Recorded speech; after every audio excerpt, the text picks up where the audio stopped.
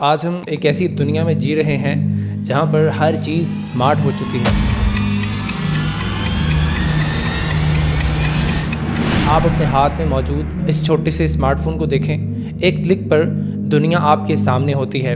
آپ wi fi کا استعمال کرتے ہیں، کلاؤڈ اسٹوریج پر ڈیٹا بھیجتے ہیں اور مصنوعی ذہانت یعنی اے آئی سے باتیں کرتے ہیں۔ ہمیں ان چیزوں پر حیرت نہیں ہوتی، کیوں؟ کیونکہ ہمیں معلوم ہے کہ اس کے پیچھے ایک پورا سسٹم کام کر رہا ہے، یعنی معلوم ہے کہ سگنل کہاں سے آ رہے ہیں، سرور کہاں ہے اور اسے بنانے والا سافٹ ویئر انجینئر کون ہے۔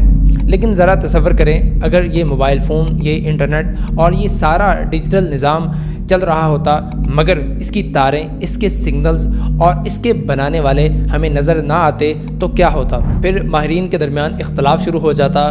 کوئی کہتا کہ یہ موبائل فون خود بخود بن گیا ہے، کوئی کہتا کہ اس کے اندر ایٹمز نے مل کر یہ جادو کر دیا ہے، اور کوئی کہتا شاید اسے کسی جن بھوت نے بنایا ہے۔ جب تک ہمیں اصل انجینئر کا پتہ نہ چلتا ہم صرف تکے لگاتے۔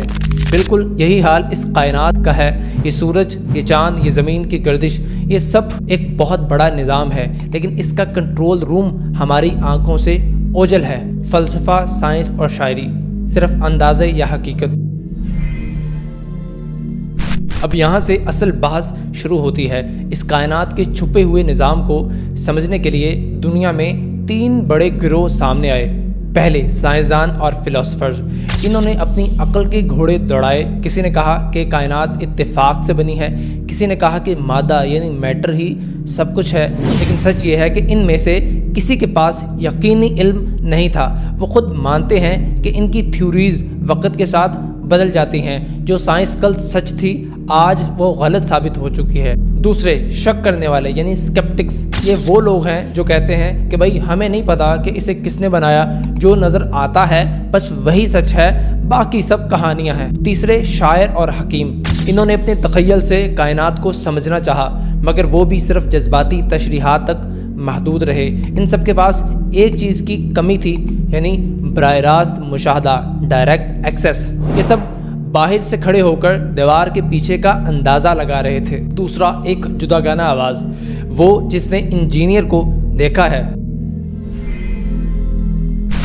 اس شور و غل کے درمیان ایک ایسی ہستی آتی ہے جسے ہم نبی کہتے ہیں۔ وہ آ کر کوئی نظریہ تھیوری پیش نہیں کرتا بلکہ وہ دعویٰ کرتا ہے۔ وہ کہتا ہے کہ لوگو، تمہارے پاس صرف عقل ہے، میرے پاس وحی ہے۔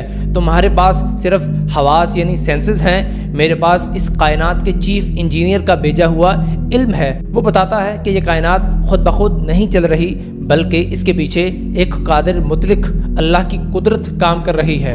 اب یہاں عقل ایک سوال کرتی ہے کہ ہم نبی کی بات کیوں مانیں؟ نوجوانوں، ذرا اس نقطے پر غور کرنا۔ دنیا کے تمام فلاسفر کے نظریات ایک دوسرے سے الگ ہیں، لیکن تاریخ میں جتنے بھی انبیاء آئے، چاہے وہ ہزاروں سال کے فاصلے پر ہی کیوں نہ ہوں، ان سب کا پیغام ایک ہی تھا۔ سب نے ایک ہی خدا، ایک ہی انجام اور ایک ہی ضابطۂ حیات بتایا۔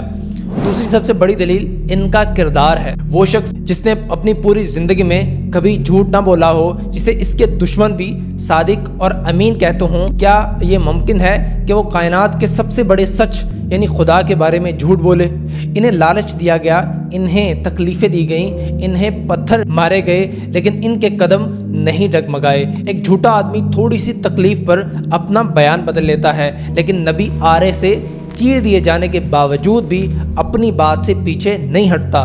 یہ ان کے یقین کی انتہا ہے۔ عقل کی عدالت کا حتمی فیصلہ کون سچا ہے؟ آئیں اب ہم جج بن کر فیصلہ کرتے ہیں۔ ایک طرف وہ فلاسفرز ہیں جن کے نظریات بدلتے رہتے ہیں، جو خود تذبذب کا شکار ہیں، جن کے پاس کوئی ٹھوس ذریعہ علم نہیں ہے۔ دوسری طرف انبیاء کی وہ مقدس جماعت ہے جن کے کردار بے داغ ہیں، جن کا پیغام مستقل ہے اور جن کی تعلیمات نے دنیا کو جینے کا ڈھنگ سکھایا۔ عقل کا فیصلہ کیا ہے؟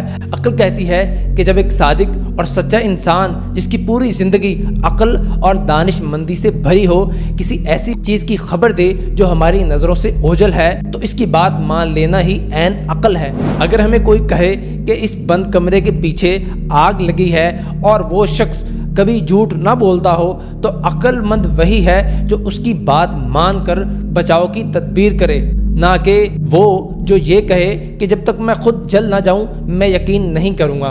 خلاصہ یہ ہے کہ سائنس اور فلسفہ ہمیں یہ تو بتا سکتے ہیں کہ چیزیں کیسے کام کرتی ہیں، لیکن کیوں کام کرتی ہیں اور انہیں کس نے بنایا یہ صرف نبی بتا سکتا ہے۔ اسلام کی حقانیت یہی ہے کہ اس نے انسانی عقل کو ٹھوکریں کھانے سے بچایا اور اسے ایک ایسی حقیقت سے روشناس کرایا جو کائنات کا سب سے بڑا سچ ہے۔